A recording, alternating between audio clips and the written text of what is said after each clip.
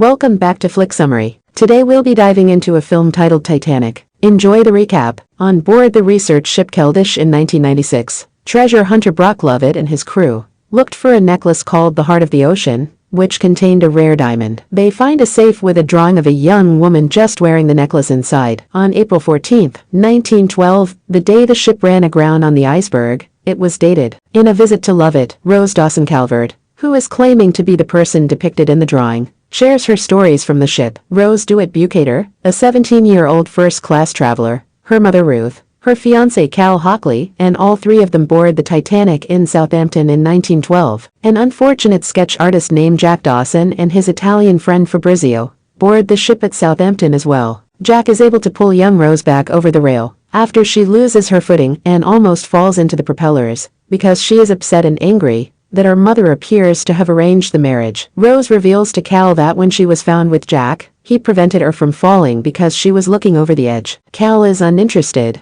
but when Rose suggests that Jack deserves some compensation, he makes a small offer of cash. He extends an invitation to Jack to join them for dinner in first class the following night, with a number of notable first-class passengers, including the Countess of Rothes, Archibald Gracie, Thomas Andrews, Molly Brown, and John Jacob Astor and his wife after Rose queries whether saving her life meant so little. Even though Cal and Ruth are wary of him, Jack and Rose start to hang out. Rose sneaks into Jack's party in third grade after dinner. Spicer Lovejoy, Cal's butler, sneaks down the third-class staircase during the party to observe her. The next morning's breakfast is extremely tense, and Cal exhibits a propensity for violence, which makes Rose even more worried about her impending marriage. Ruth emphasizes that Rose's marriage will end the financial issues facing the DeWitt Bucators. Jack sneaks back into first class after spotting Rose, Cal, and Ruth on the boat deck and tries to forewarn Rose about what she might be up against. Although Rose rejects Jack's advances, she later comes to appreciate that she prefers him to Cal. Rose and Jack first meet on the boat at dusk, where Rose shows Jack the Heart of the Ocean,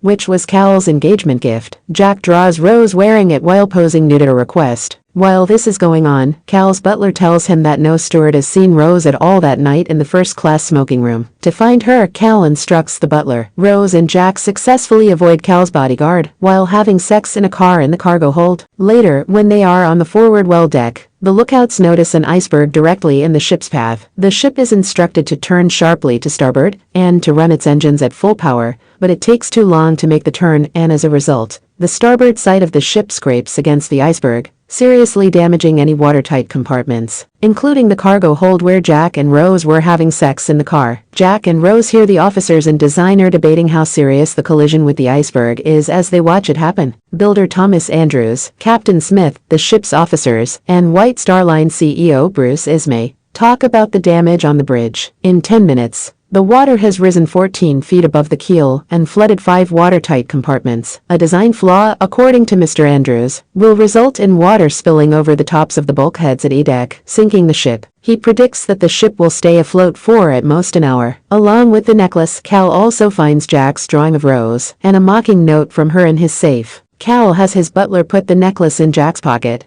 and accuses him of stealing when Jack and Rose try to tell him about the collision. He is handcuffed to a pipe, taken to the master-at-arms office, and arrested. Cal tucks the necklace into the pocket of his own coat. Rose is frantically trying to set Jack free as the ship is sinking. Cal is saved after she escapes with him and her mother, who has gotten into a lifeboat. They go back to the boat deck, where Cal and Jack urge her to get into a lifeboat so he and Jack can escape safely. Cal informs Jack that the arrangement is only for himself after Rose boards one. Rose decides she cannot leave Jack and boards the boat as it lowers. At first, Jack confronts her angrily, but his rage soon turns to love, as they kiss repeatedly at the foot of the grand staircase. As soon as Cal notices this, he grabs his butler's gun and pursues Rose and Jack into the flooded first-class dining saloon. After exhausting his options, Cal realizes that he gave Rose his code and subsequently the necklace. Cal forces Jack and Rose below decks, where they narrowly avoid drowning themselves. When the rising water reaches their heads, Jack is able to rescue them from being trapped behind a locked gate. Cal makes the decision to leave on his own while out on the boat deck. He reminds the first officer of the earlier agreement, but the officer turns on Cal angrily and forbids him from boarding. He takes the lost child he finds hiding behind a winch, and is then permitted to board a lifeboat by Chief Officer Wilde. Water rushes into the bridge and wheelhouse as Cal and the others board, drowning Captain E.J. Smith,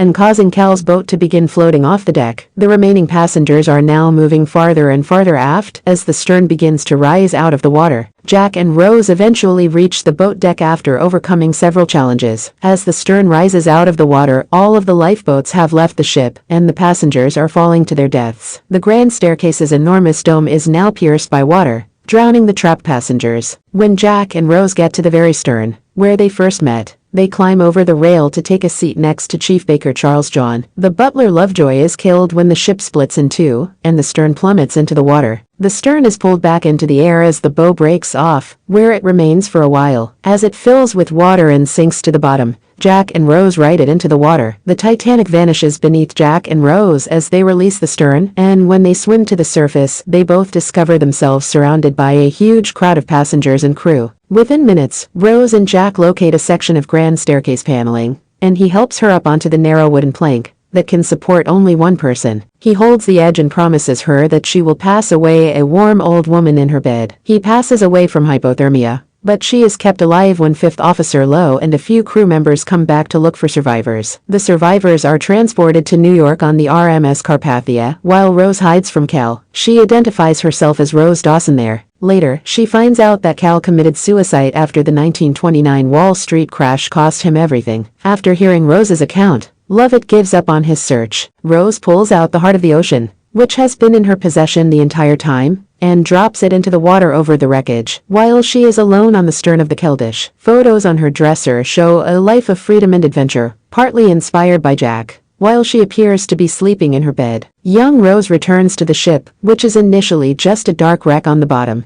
but as soon as Rose gets to the promenade deck, the ship starts to glow brightly. The Titanic band, First Officer Murdoch Thomas Andrews, Jack's friends Fabrizio and Tommy Ryan, and Jack himself, who is seated at the clock, greet her as she ascends the grand staircase. To the joyful cheers of the crew and passengers who perished, he extends a hand, and they are reunited. Thanks for watching. Make sure to like and subscribe, and we'll see you on the next one.